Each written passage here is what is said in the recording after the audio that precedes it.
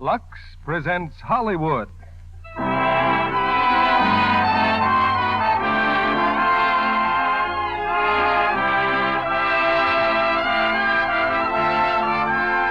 The Lux Radio Theatre brings you Irene Dunne and Joseph Cotten in Penny Serenade with Edgar Buchanan. Ladies and gentlemen, your producer, Mr. Cecil B. DeMille.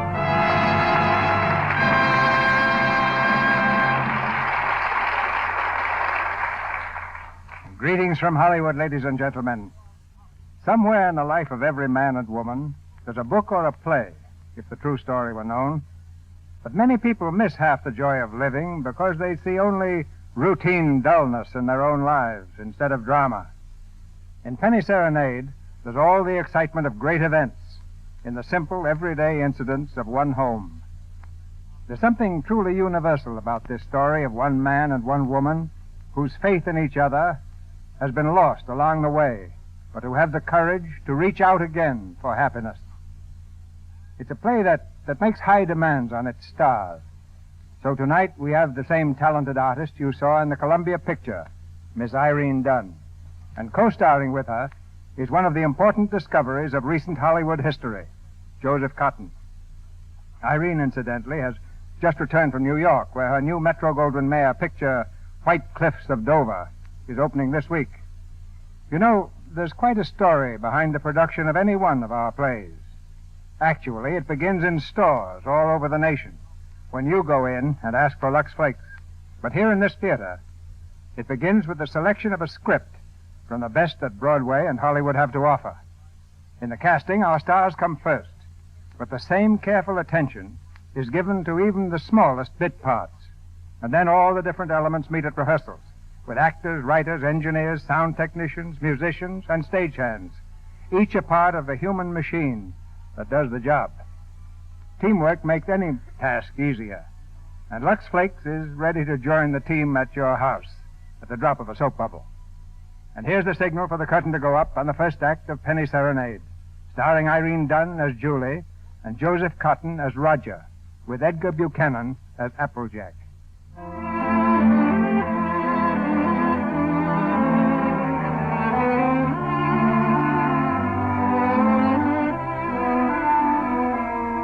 Our scene is quite simple. An automobile parked on the main street of a small town.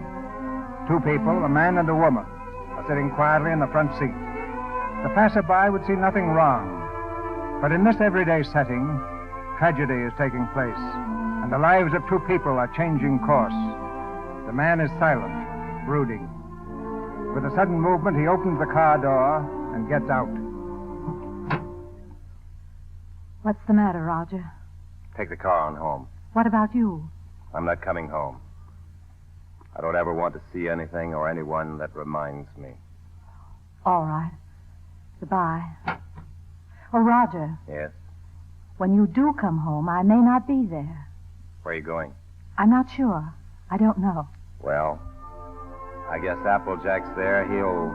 He'll help you if you want anything. Yes. Goodbye, Roger. Bye, Julie.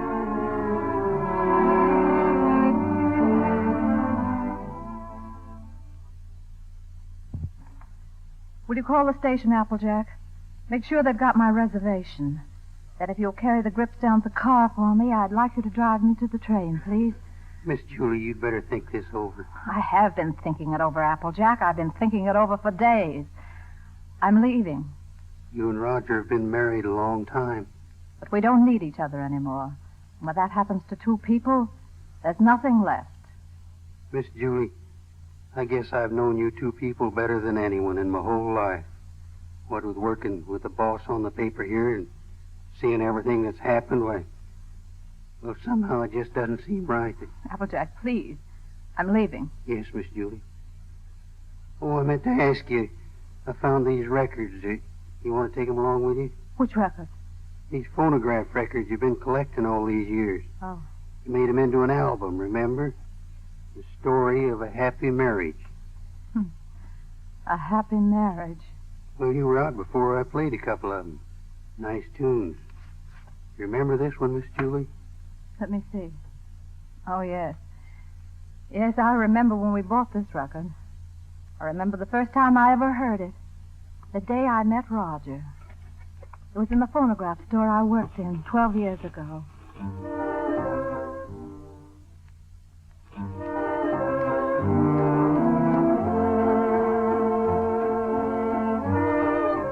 We were playing this tune on the loudspeaker, and Roger was standing out on the sidewalk. I was fixing some records in the window when I looked up and saw him. He was smiling at me. I thought he was pretty fresh. The next thing I knew, he was inside the store. Hello. Yes, is there anything I can do for you? Yes, that's a new tune, isn't it? Yes, we just got it in today. Be nice to dance to, wouldn't it? Yes, would be. Yes. Would you like to buy it? Well, what's on the other side? Another new one. Oh, could I hear it? Certainly. Right over here, booth 3. I mean, would you play it for me? If you want. Thanks. Wait, as long as we're listening, might as well hear some of these others, too. I'll just take the stack here. There we are. Oh, well, now, wait a minute, please. Oh, it's all right. I can carry them. Get along fine.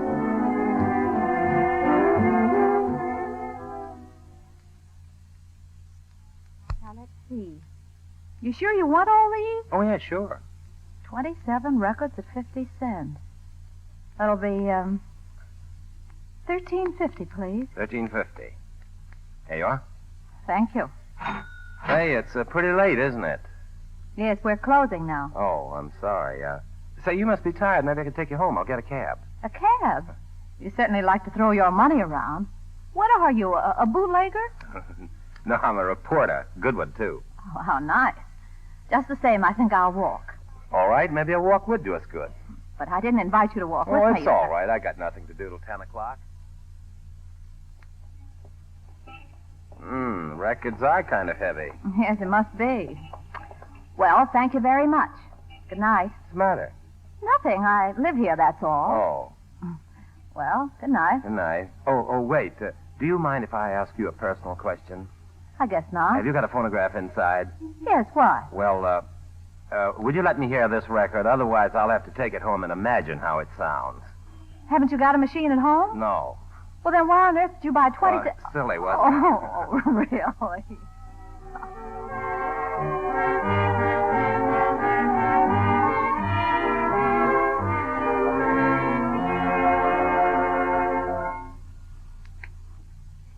Every time I've heard that song since, I've thought of that day. There was another one in that bunch of records, too. Oh, yes, this one. They were playing this one night in a little Chinese restaurant down near the beach. We'd stopped off there for dinner on our way home. Roger was very quiet. We sat there for the longest time, never saying a word.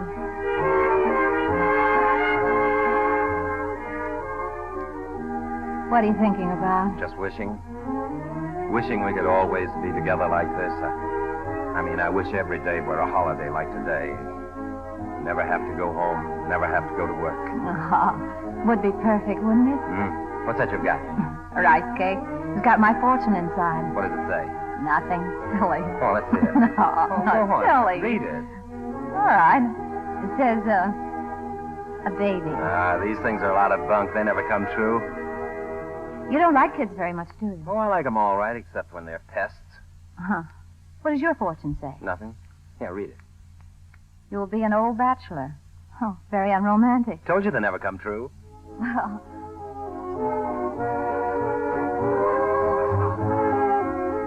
We played this one at my New Year's Eve party. Guess I'd known Roger about 4 months. You remember that New Year's Eve, Applejack? You came to my place, remember? And you weren't very happy about it. Look, I don't belong here. Of course you belong here, Applejack. I invited you, didn't I? Come on in and meet some of my friends. Oh, no. Say, where's Roger? He's not here yet. I thought maybe you'd know. Not me. You're pretty crazy about that reporter, aren't you? Well, I'm fond of him. That's bad. I hate to see a nice girl like you get mixed up with a newspaper man. I never knew one worth a darn when it came to a woman. He's lots of fun to go out with, that's all. Always running down a story or hanging around a speakeasy waiting for the proof to come up. At least that's what they say they're doing. But you never know what they're up to. Of course, for a single man, it's swell. But for a married man... Applejack, listen. Don't worry about me. I don't need any advice. I never even thought of getting married. No fooling? No fooling. Well, that's fine. Julie! Oh, here he is now. Hello. Julie, I've got to talk to you right away. Where can we be alone? Why, alone? I'm having fun. Come on, we'll go out on the fire escape. Oh, but Roger. Julie, now don't be angry. I'd have been here sooner, only a lot's happened. Nice time to come to a party. It's almost 12. I know, darling. I'm sorry. I've had a million things to do. Here, let me put my coat around you. Now, look, honey, I've had a real break. Flynn quit his job over in China. He got fed up with the assignment or the weather or something. Imagine what a spot that leaves the paper in. One man in the Orient, and he walks out on the job. Roger, you going to take his place? Well, that's what they want me to do. I've got a ticket in my pocket on a train that leaves at 3 a.m. I'll get to San Francisco just in time to catch the next boat. I can't believe it, Julie. Imagine them picking me. Well, you're able, Roger. You have ability. Anybody can see that. You're going? Well, that's what I wanted to talk to you about. It's a fine salary, 2-year contract. I'm more or less my own boss, and, well, I was wondering... Oh, listen, little boy. Of course I want you to go if that's what's worrying you. Please don't think... Oh, I wasn't worrying about that. I knew you'd want me to take the job, sure, but... Well, what I hurried over here to tell you was, Julie, let's get married. Let's get married tonight, right away. I can send for you in 3 months. I'll have the money then. 3 months? Well, why the rush to get married now? Because, well, do you think I want to leave a girl like you running around loose? So suppose somebody else comes along. Julie, I've got to have you. Oh, Roger, darling. Julie, is it till death do us part? Till death do us part. Listen. It's new here. Julie, I've got everything all set. All you have to do is sign the marriage license. Come on.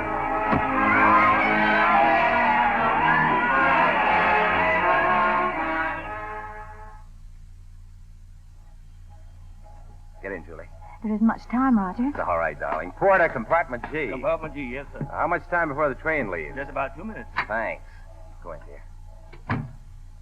Well, Mrs. Adams? Mrs. Adams. Oh, it sounds strange, isn't it? Not strange, darling. It sounds great. Oh, it does sound great, doesn't it? You know, there's something about a train. I don't know what it is. The way it looks or smells or something always makes me want to be off somewhere. I know. I feel the same way. Oh, Roger, I wish this was our honeymoon. So do I, dear. Darling, I can't say goodbye to you. Well, it isn't really goodbye. It won't be for long. It's just... I'll see you later. That's it. I'll see you later. Let's never say goodbye. Yes, dear. Promise me something. Promise me never to take your ring off. I won't take it off, no matter what happens. Thank you, darling. Roger, the train's moving. All right. Now, don't worry, darling. I'll get you off at the next stop.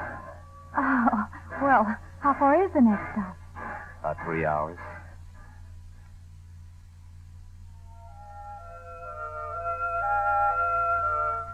Roger went on to China, and I waited for him to send for me. I didn't have to wait long. 4 months later, I was with him. He had a great big house and 4 Chinese servants. Roger was living like a prince. Darling, what do you think of your new home? Well, Roger, I didn't expect anything like this. It doesn't seem real. Are you sure you can afford all this? And don't be so practical when I'm romantic. Nothing's too good for my little wife. Well, are we going to keep it? I mean, stay here right along? Certainly, it's yours. I bought the lease from an American who went back. Furniture, 4 servants, 3 kids, everything. Kids? Whose? The servants, they live here. Oh, I thought you didn't like children. Who, me? They're all right. Anyway, I got the whole shebang for $1,000 American. But how in the world you do it? I mean, get the money to send for me and buy all this, too. Got an advance. An advance? Sure, an advance on my salary. Everybody does that out here. That's how you operate. Oh, Roger, Now, you're not going to be one of those wives always worrying about money and budgets, are you? No, but I sort of hate to start off in debt, especially now. What do you mean? Now? Roger, remember this? What? Oh, the fortune. Sure, I got it at the beach. Imagine you keeping that. You were wrong, darling. Sometimes those things do come true. Sure they do. Certainly. Let's see it. A baby. Say, if that... Hey, wait a minute. Roger. Julie, why didn't you tell me? Why didn't you write me? But you don't like them. Of course I do. Why would I have 3 of them running around here? And this one will be ours, an American kid, ours. Oh, gee, that's great. Oh, darling, I'm so glad you want it.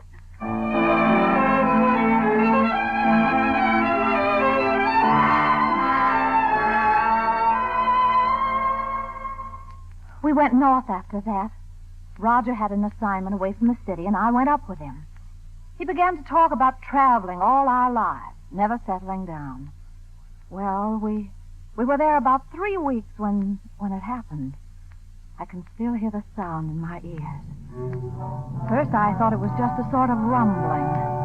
And then it grew louder and louder. The floor began to shake. I could hear the crowds outside screaming. I saw the pictures dancing on the wall. I felt myself falling. Earthquake! Earthquake! Where are you?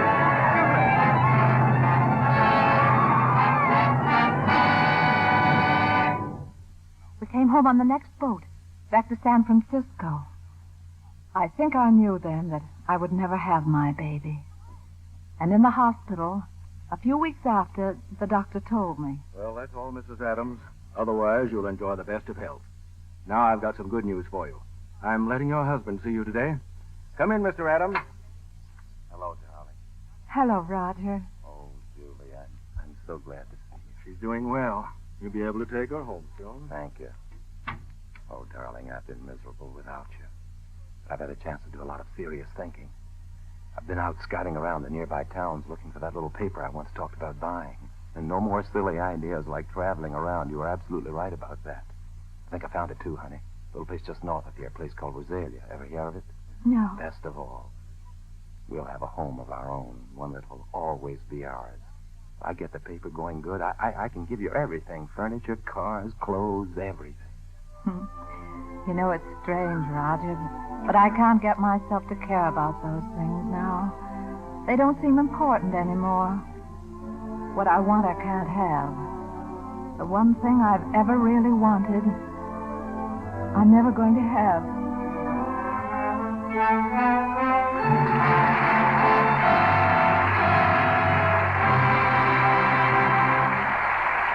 And now, in our brief intermission before Mr. DeMille presents Irene Dunne, Joseph Cotten, and Edgar Buchanan in Act 2 of Penny Serenade, here's a popular song.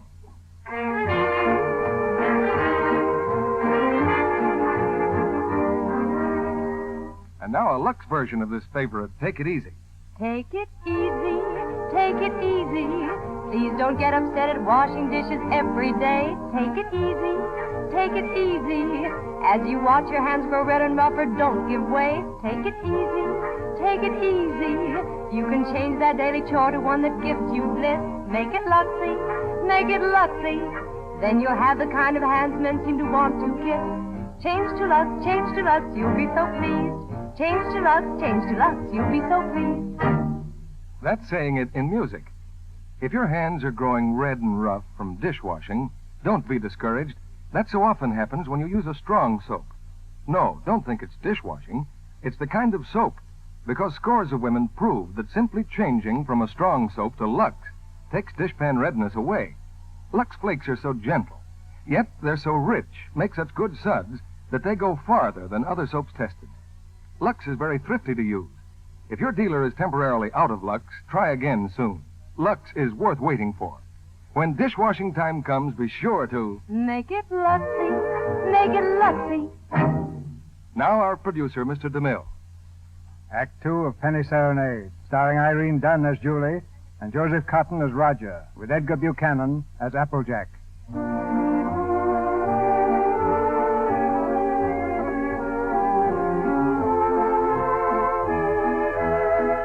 An album of old phonograph records, an album of memories. To Julie Adams, each record is a chapter in her life, bringing back the heartaches and the happiness, the sorrow and the joy of years gone by. Remember this one, Applejack? It was popular about the time you came to help Roger with the newspaper. It was fun in those days, wasn't it? The linotype machine running downstairs and the smell of printer's ink in the house. But there was something missing even then. You knew what it was, Applejack. You mentioned it one night at dinner, remember? Roger's out running down subscriptions and said he might not be home till late. Well, come on, sit down, Applejack. We might as well have our dinner. Yes, Miss Julie.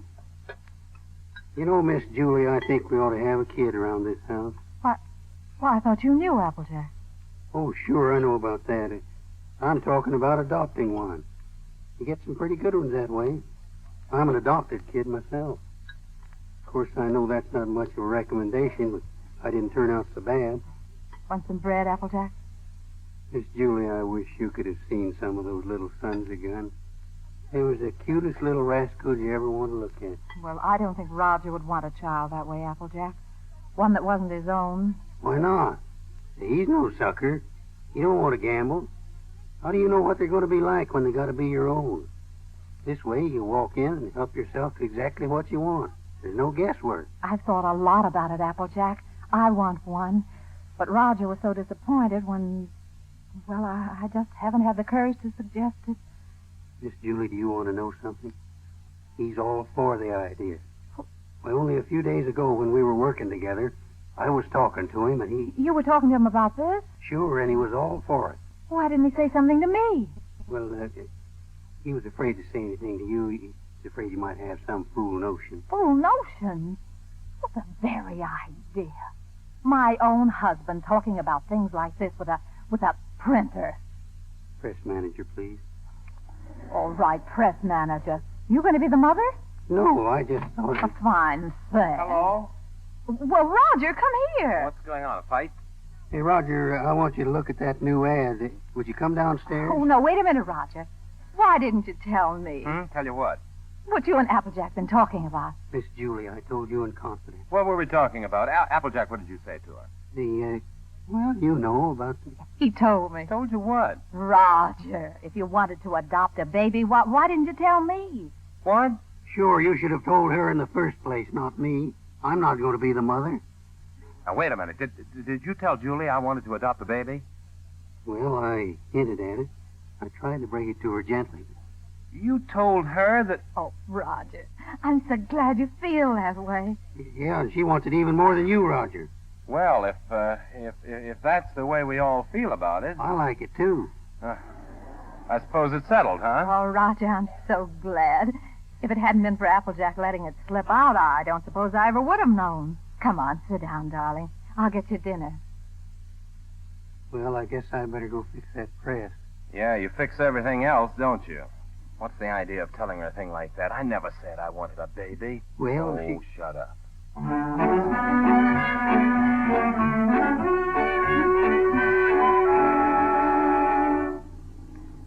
Roger, hurry. The lady said 3 o'clock. Now, look, Julie, while I think of it, when we get to this place, don't get enthusiastic right off the bat. You know, don't just rush in and grab the first kid you see and go nuts about it. Well, what makes you think I'll grab the first one I see?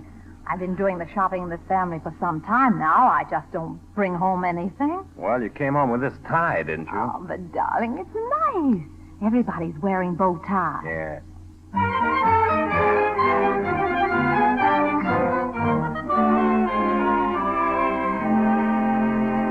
Sit down, Mrs. Adams. I have your letter here. You want a 2-year-old child, blue eyes, curly hair, dimpled chin, sweet disposition. We prefer a boy. Well, we like to look at the girls, too. Now, Julie, you know we agreed on a boy. But it won't hurt to look at it, then, will it? All right, we'll look. Now, what can you show us, please? Well, this is the administration building. We don't have any children here. Oh. Everybody wants blue eyes, curly hair, and dimples, and everybody wants a 2-year-old child. Now, will you tell me why? Well, you see, in our case, that would have been the age of our own child. Oh, I see. Anyway, when they're 2 years old, they're more or less housebroken, aren't they? Well, not always. At the moment, we haven't any children available at all. And there's a long waiting list. If you get one within a year, you're lucky. What? A year? You mean we might have to wait a whole year? Well, after all, real parents wait almost a year. Yes, certainly, but... But you see, Miss Oliver, we've waited so long already. I know, my dear, but you're both very young. Then, too, we have to have time to make our investigation. Investigation? Oh, yes. You see, we're just as particular about you as prospective parents as you are about the child. Oh. Well, naturally. Yeah. What is your business, Mr. Adams? I'm a publisher. I run Rosalia Courier. A publisher. That's right. I see in your letter that you live in the country. I presume that means, then, that you have a house and a yard. Well, No, we don't have a yard. We live in an apartment over the newspaper office. But you have a separate room for the child, haven't you? Oh, sure. Yes, we have a lovely room. It's practically fixed up now. Well, that's fine. Now about income. Approximately how much do you make a week? Well, I couldn't tell you offhand. I imagine about $100 a week. Of course, I'd have to look at the books. Well, that's excellent. Now, if you'll just take that application home with you and mail it in to us so we'll have all the details, in due time, one of our investigators will call on you. Oh, fine. You'll call us before you come, won't you? No, we just drop in. That's our policy. You see, we want to find your house as it really is every day and not when it's fixed up for company. Oh, I see. Goodbye. Goodbye, Miss Oliver. Goodbye. Oh, Miss Oliver, it doesn't matter if he hasn't got curly hair. It doesn't really matter. Very well, Mrs. Adams. Goodbye. Goodbye. Oh, Roger. Hey, they are darn choosy, if you ask me. Why do you always have to be a big shot? What do you mean, big shot? Well, you know we don't make $100 a week. You want the baby, don't you? Anyway, they can't prove it. We don't keep books.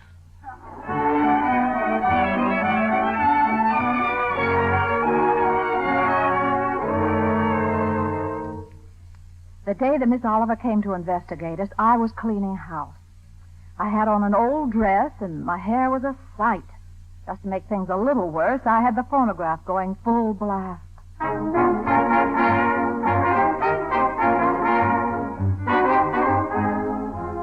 Good afternoon. Does Mrs. Adams live here? Yes, upstairs. I'll call her. No, don't bother. I'm Miss Oliver from the orphanage. I'll find her. Oh, well, I don't think she's home just now.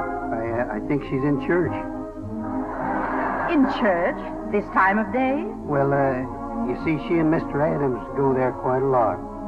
They just go there and sit. Fine people, the Adams. Well, I'm sure she won't mind if I just look around a bit. No, she won't mind.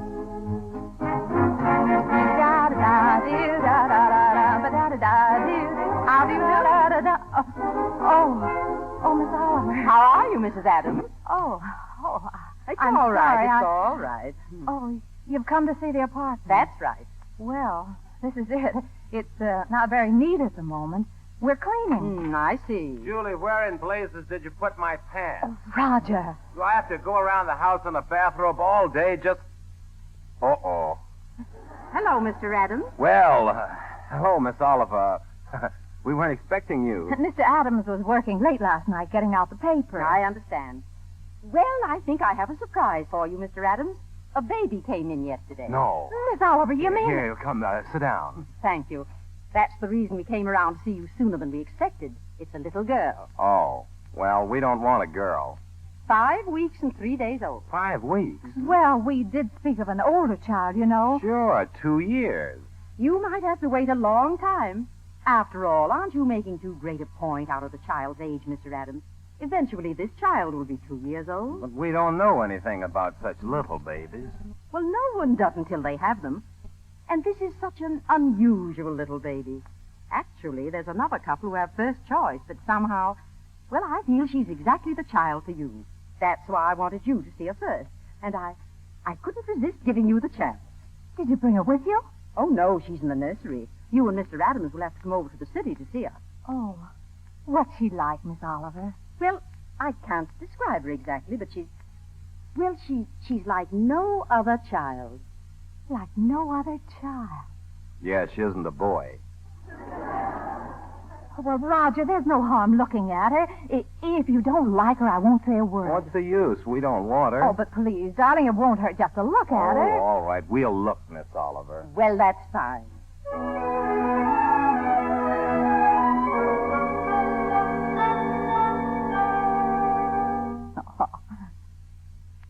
Look at her, Roger. She's holding your finger. Yeah, got quite a grip, hasn't she? For a girl, I mean. Would you like to hold her, Mrs. Adams? Would I? Oh, thank you. Oh, Roger. She's sweet. Look. Quite a kiss.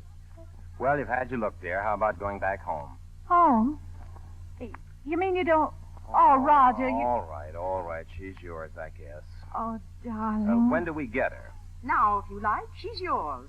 On a year's probation. Now? You mean we can just walk out with her like this? It sometimes happens that way. Well, But we have no clothes for her, and we don't know how to feed Oh, her. she's an awful little baby. Well, Miss Morgan will take care of everything. She'll give you the formula and so forth. Oh, well.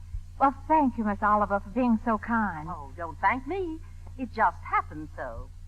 Perhaps before you make up your minds fully to take the child, you'd like to have me go into her history. I can assure you it's an excellent one. Oh, that's okay. If she'll take a chance on us, we'll take a chance on her.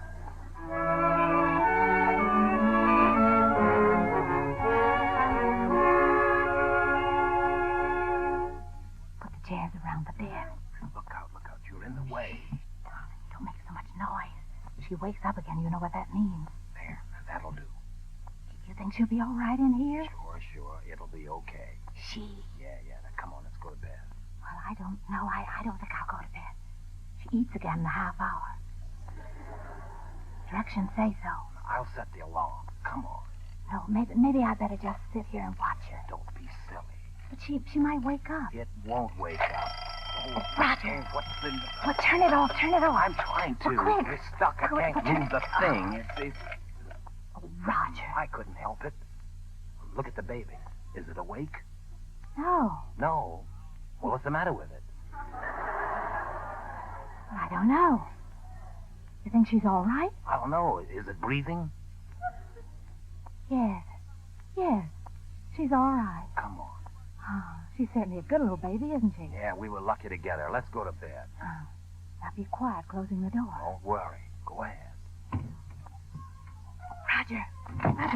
Oh, what's the matter? Roger. Here, do something. What'll I do? Well, do something. Can't you see the baby is suffering? But I don't know what to do. Well, don't just stand there. Do something. Well, we'll take her, pick her up. Huh? Well, go on, do something.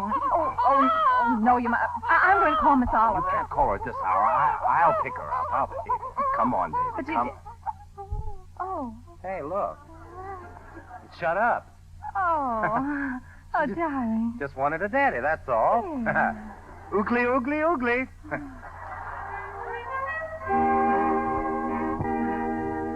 That first year passed so quickly it seemed like just a few short weeks.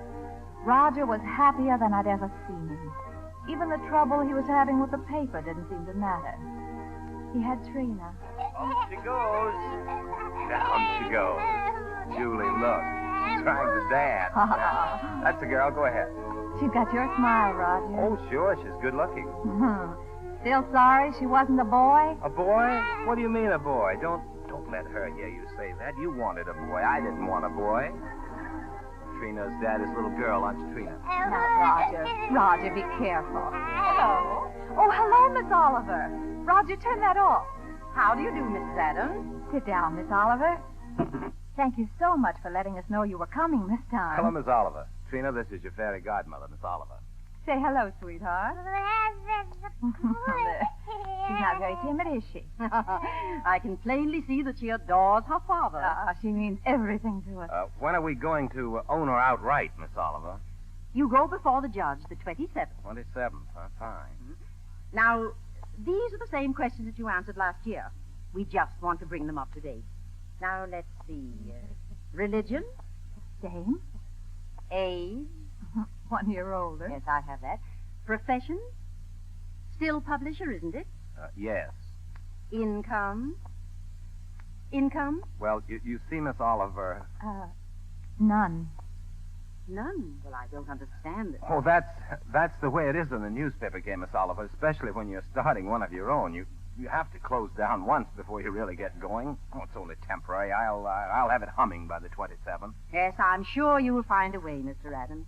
But you and I have to prove to the judge that your income is enough to take care of Trina. Well, you know we'd give Trina everything she wanted, Miss Oliver, no matter who else had to suffer around here. I realize that. Well, I must go now. That's all we can do today. Goodbye, Miss Oliver. Goodbye. Mr. Adams, you'll bring the baby when you come before the judge. 27th. We'll be there.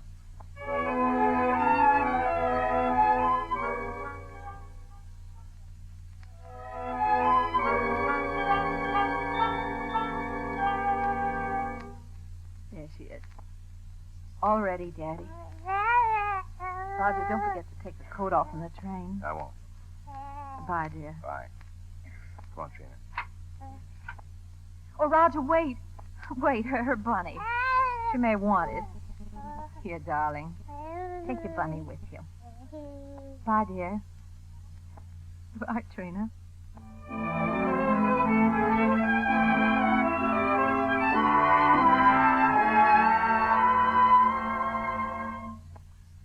Adams, in looking over these adoption papers here, I see that you have no income at present. Is that correct?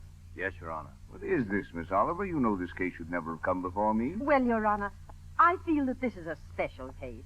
I've kept hoping until the last minute that Mr. Adams might be able to resume the operation of his paper, but unfortunately... Yes, sir, under these conditions, I cannot grant the adoption. This child will have to revert to the orphanage. Mr. Adams, will you draw up a chair, please, while I prepare these release papers for you to sign? It's just a matter of routine. If you please, Your Honor, it can't be just a matter of routine for people to have their baby taken away from them. And those are the requirements of the law. Yes, but well, you see, we've had her since she was 6 weeks old, and it just doesn't seem reasonable that she should have to go back now to strangers. Mr. Adams, you're not here to plead your case. You've had the regular opportunity to prove your fitness to provide. But we are fit, Judge. I'm sorry. Without an income, I have no alternative. Look, Your Honor, she's not like an automobile or an icebox or a piece of furniture or something you buy on time, and then when you can't keep up the payments, they take it away from you. Trina, sit still and be a good girl. Anyone can give up those kinds of things, but I ask you, Judge, how can you give up your own child? And she is our child just as much as if she'd been born to us. Look, Judge, we've had her over a year now, and we've walked the floor with her when she had the colic. We've lost nights of sleep worrying every time she cut a tooth. We've gone through everything that real parents have with one of their own. And you sit there and say it's a matter of routine for you to take her away from us. Please, Mr. Adams, I'm sorry, Judge. But, well, you see, we weren't as fortunate as most people. We would have had one of our own, only, well, you don't know how badly my wife wanted a child. It wasn't so important to me. I don't know. I suppose most men are like this, but children never meant a great deal to me. Oh, I liked them all right, I suppose, but, well, what I'm trying to say is, Your Honor, the first time I saw her, she looked so little and helpless, and when she took hold of my finger and held on to it, she sort of walked into my heart, Judge, and she was there to stay. I didn't know I could feel like that. I'd always been, well, kind of careless and irresponsible. I wanted to be a big shot. I had to be my own boss, that sort of thing. And now, here I am standing in front of a judge, pleading for just a little longer so that I can prove to you I can support a little child that doesn't weigh quite 20 pounds. It's not only for my wife and me that I'm asking. It's for Trina's sake, too. She doesn't know any parents but us. She wouldn't know what had happened to her. There's so many little things about her that nobody would understand the way Julie and I do. We love her, Judge. Please don't take her away from us. Look, I'm not a big shot now. I'll do anything. I'll work for anybody. I'll beg. I'll borrow. Please, Judge, I'll sell anything I've got until I get going again. Only she'll never go hungry and she'll never be without clothes. Not as long as I've got two good hands to help me.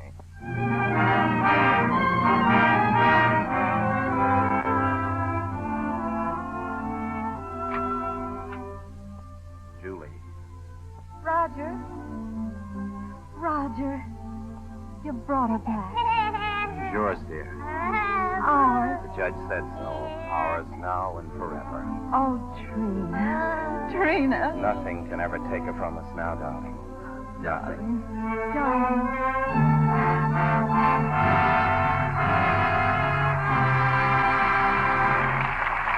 We pause now for station identification. This is CBS, the Columbia Broadcasting System.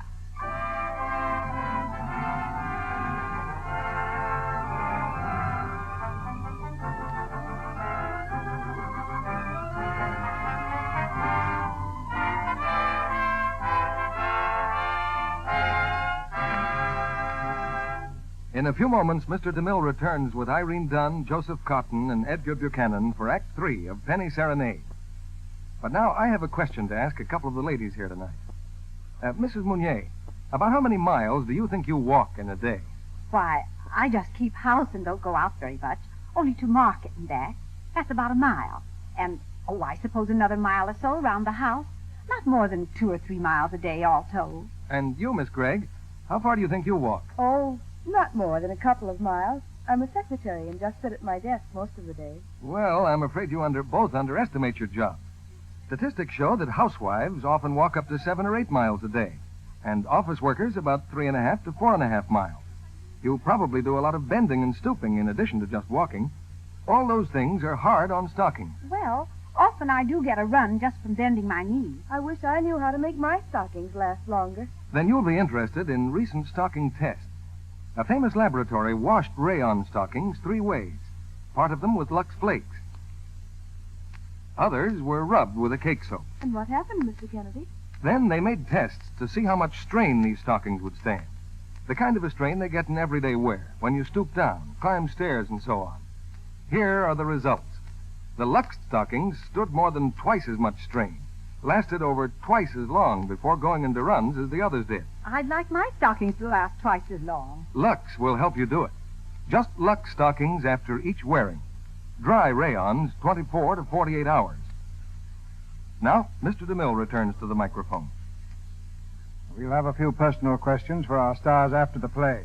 But now the curtain rises on the third act of Penny Serenade, starring Irene Dunne and Joseph Cotten, with Edgar Buchanan.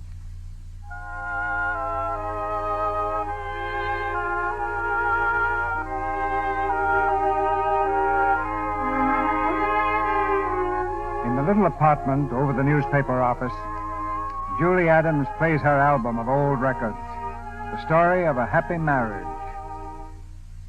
She's almost at the end of the album now. As Applejack watches silently, Julie places another record on the turntable.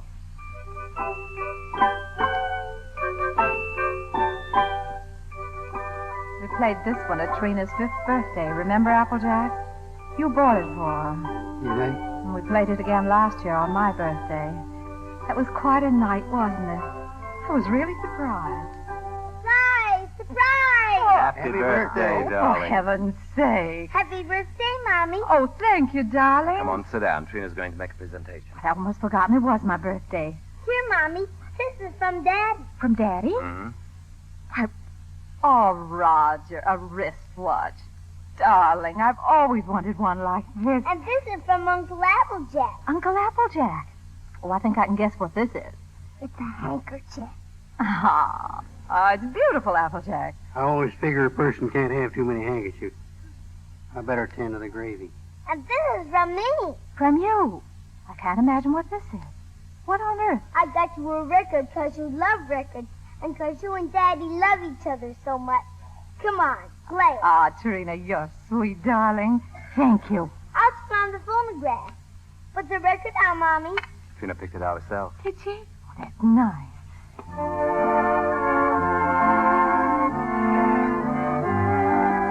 Dance, Mrs. Adams? Dance? I'd love to. You dance nice, Mommy. Ah, thank you, darling. Dinner's ready. Come and get it or I'll throw it in the creek. Oh, this is wonderful. Dinner in my own home, and I didn't have to cook it.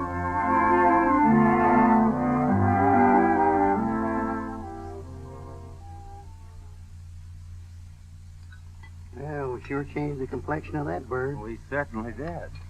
What'd you do in school today, darling? Oh, I almost forgot. I was choosed. I'm going to be in the Christmas play. In the Christmas play? What are you going to do? I'm going to sing in the carols. Hey, that's all right. Why, Trina, that's wonderful. It'll be fun making you a careless costume. I don't need any costume. Nobody sees me. Nobody sees you. All I have to wear is a clean dress and some sneakers. I'm the echo. I'm away off behind the scenes. You only hear my voice. It hops and says it gives a faraway sound, like the angels in heaven. Oh. Well, why do you have to wear the sneakers? The sneakers is so I'll be quiet. I have to walk up a ladder behind the scenes and take a big star with me. Then when I get over the manger, I stop, and then the angels sing. And when my turn comes, I sing the echo. Then I sneak off quietly. And next year, when I'm big, I'll get to be an angel and wear an angel suit. I'll get seen then. Of course you'll get seen, darling. Is it a long time until next year, Daddy? Oh, no, darling. It'll be here in no time at all.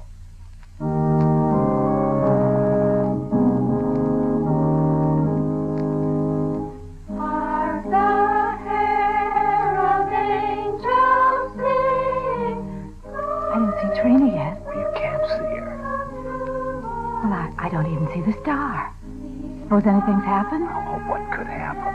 She said she had to climb a ladder. Look. There's the star. Oh, Roger. She's doing very well, isn't she? Oh, Roger, she fell off the ladder.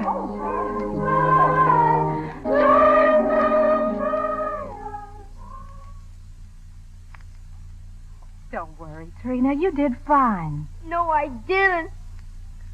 I spoiled everything. Now Miss Hopkins won't let me be an angel next year. Yes, she will, darling. Certainly she will. Well, I was talking to her, and she said you just did fine, Trina. Did she? Sure. Why, you were better than all the rest of them put together. See, dear? Honest? Honest. Gee, I don't know what people would do without Christmas. Oh, I don't know what we'd do without you, honey.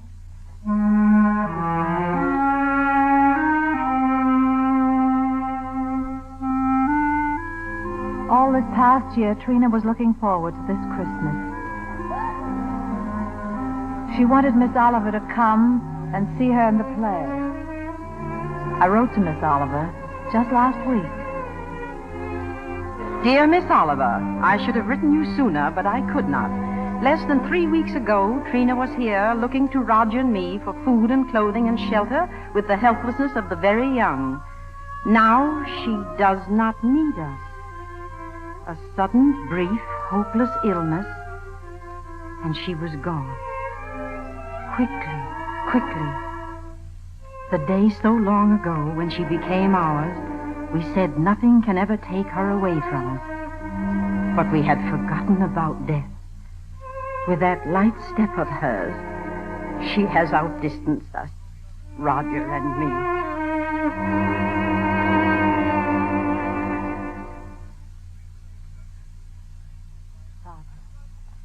Roger, why don't you speak to me? Roger, don't you hear me? Yes. I'm going out for a while. I wish you wouldn't. I've got to get out of here, get some fresh air. There's someone at the door. I'll answer. Yes? Oh, may I use your phone, please? Our car is stalled in the snow, and I'd like to call a taxi. Yes, the phone's right there. Come here. Thank you. Come in, Tommy. Thank you. Is this your little boy? Yes. Say hello, Tommy. Hello. We're in such a hurry, and I saw your light burning. Oh, dear, the line's busy. I guess cabs work overtime on a night like this, but I do hope we can get one. Tommy's in the Christmas play. I hope we don't get late, Mommy. Well, our car's right out in front. I'll drive you over if you like. Oh, that's very kind of you, if it wouldn't be too much trouble. Oh, no, it's not much trouble. I'll get my coat. Can't start the car. Battery's dead. I'll have to crank it.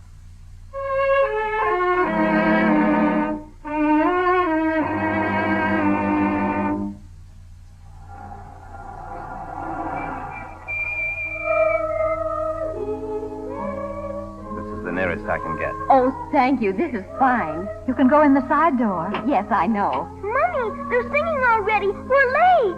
Good night, and thank you again. If you only knew what these things mean to a child. Good night. Come on, Mommy, come on.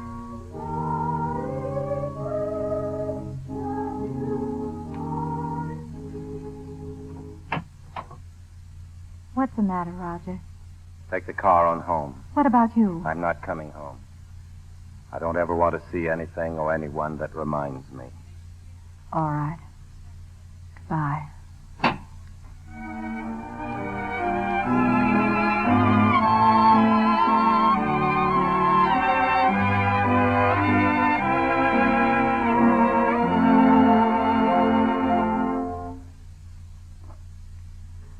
That's the last of them, Applejack.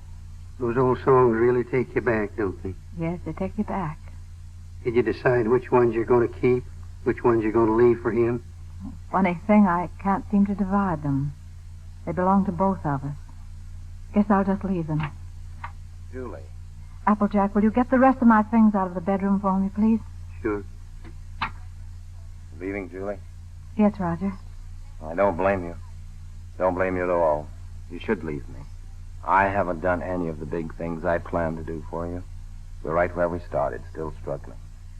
I've let you down all around, honey, and all I've needed to make it 100% was for you to leave me. And I can't think of a reason in the world for you not to. I'm licked, Julie. You're not licked, Roger. It's just us. We're licked as far as our being together is concerned. When something really came along that hit us hard enough, we couldn't face it together. I've needed you an awful lot these last few days. You've been miles away. I've been entirely alone right here in this room with you. I know, dear. It just didn't work out. Oh, it did work out, Julie. Things were wonderful until this happened to us. I don't know. I just haven't been able to think straight the last few days. She was never sick before, and then all of a sudden it was over. If there were only some way that people could know a few days ahead what was going to happen. Yes. The day before she was taken sick, she asked me for a quarter, and I wouldn't let her have it. And then she asked me to take her to the movies, and I said, no, run along, I'm too busy. I know. It was the same with me. I was trying on her angel costume, and she was so excited she couldn't stand still. I scolded her. I said, I'll never try another dress on you again. I never did. Hello?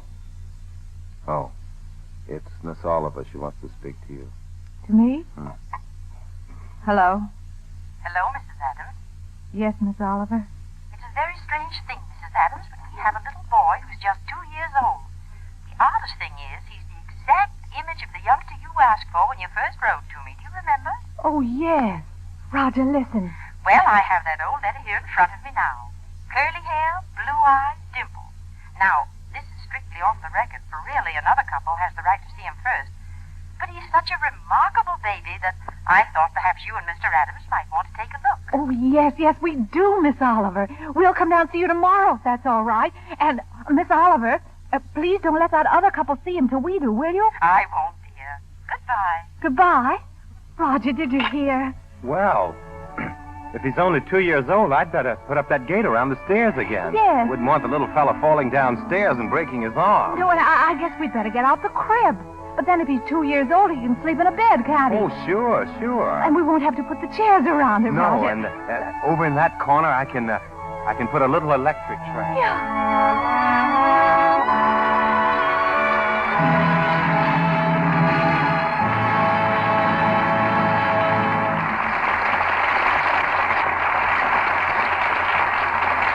In just a moment, our stars will return for a curtain call. Now, here's our fashion reporter, Libby Collins, with some colorful news about lingerie. Nowadays, women are wearing birds, flowers, bow knots, even animals on their slips and nighties. It's hard to get nice lace because of the war, so many of the new undies rely on applique designs and contrasting color for interest. Touches like that give a handmade look to undies. Of course, whether you still have some pre-war lacy ones in luscious pinks or blues or yellows, or the new ones with gay trimmings, you'll want to keep the colors fresh and lovely just as long as you can. That's why recent washing tests will interest women. In these tests, some slips were washed the Lux way. Then exactly the same kind were washed by harsh wash day methods. The slips washed with Lux flakes stayed lovely 3 times as long. That's a worthwhile economy, Mr. Kennedy. And as every woman knows, daily luxing protects daintiness, too. Here's another thing about Lux Care. You'll find shoulder straps don't fray so easily. Seams don't pull out so soon. Those are annoying things we women hate. Suppose we sum it up with music, Libby. Here's the story. Undies lead a long life when they lead a Lux life. Now, here's Mr. DeMille with our stars. Irene Dunne and Joseph Cotten are before the footlights again. And since Irene has just returned from Broadway, perhaps she'll tell us how the old street is looking. Very military, Mr. DeMille. Soldiers and sailors and wax and waves everywhere. And all the wax and waves out gunning for Irene Dunne, I guess. Irene, is it true that you said the boys in uniform don't ask the girls in uniform for dates? You certainly stirred up a small hornet's nest in the newspapers, anyway. I'm afraid I was a little misunderstood. What I said was that we really didn't have enough entertainment for the girls in uniform. Oh, well, that's a great load off my mind, Irene.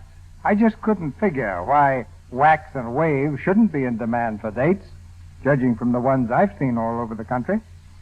And aren't you helping a little with wave recruiting yourself? Well, I did have some of the waves at the house on Sunday afternoon, along with some girls who were interested in joining the waves. Anyway, I'm sure they have all the dates they can handle.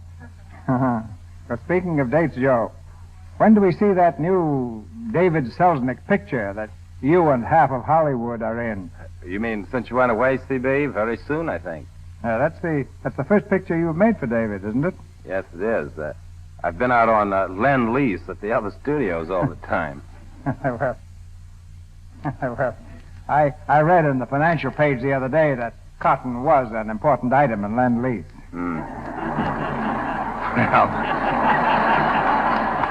Well, after that, there's nothing left but next week's play. And that's plenty, Joe. Because our play is the Warner Brothers hit, Action in the North Atlantic. And our stars will be George Raft, Raymond Massey, and Julie Bishop.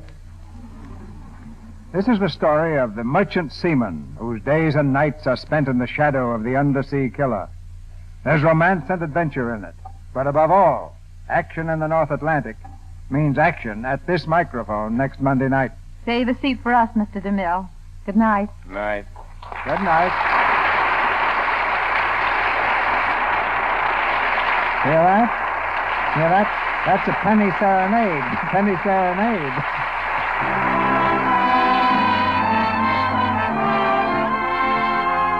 Our sponsors, the makers of Lux Flakes, join me in inviting you to be with us again next Monday night when the Lux Radio Theatre presents George Raft, Raymond Massey, and Julie Bishop in Action in the North Atlantic.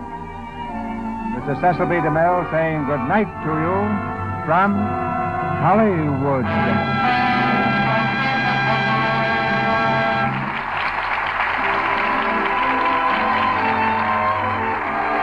Don't throw away that tin can you used tonight. It will be handy for saving used fats. Any size can will do, but be sure not to use glass. Keep this can near your stove and pour in every drop of used fat from your broiler or frying pan. Even black burned fat or fat skimmed from soups and stews is just as good as clear grease. When it's full, take the can to your butcher. He'll give you 4 cents and 2 extra red ration points for every pound. And in 3 weeks, this fat will be ready to make medicines for our fighting men. Fill a tin and turn it in. Heard in tonight's play were Regina Wallace as Miss Oliver, Norman Nielsen as Trina, and Charles Seal, John McIntyre, Leon Ledoux, Dwayne Thompson, and Bobby Larson. This program is broadcast to our fighting forces overseas through cooperation with the Armed Forces Radio Service. Our music was directed by Louis Silvers. 3 bells for 3 great shows. Same time, same station. Listen tomorrow night at Lux time for George Burns and Gracie Allen and their guest star Ray Milland. Listen Wednesday night for Frank Sinatra singing I'll Be Seeing You. Robert Benchley will be Frank's guest. This time, Lux time. Every Monday, Tuesday, and Wednesday for the tops in entertainment. Our Lux Radio Theatre production of Penny Serenade, starring Irene Dunne and Joseph Cotten, with Edgar Buchanan, has come to you with the good wishes of the makers of Lux Flakes, the tissue-thin soap used by smart housewives everywhere. In the Lux Radio Theatre next week, we will have, as usual, our producer, Cecil B. DeMille.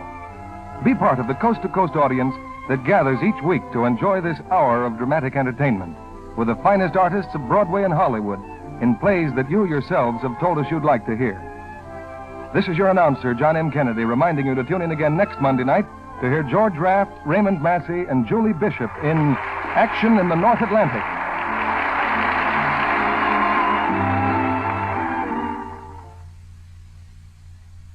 A brand new Spry, ladies. New Easy Mix Spry cuts cake mixing time by 2/3. No creaming, no long tiresome beating, yet lighter, better tasting cakes that stay fresh longer. New Easy Mix Spry shortening is at your grocer's in the same handy jar. Grand for all baking and frying. Tomorrow, buy Spry. This is CBS, the Columbia Broadcasting System.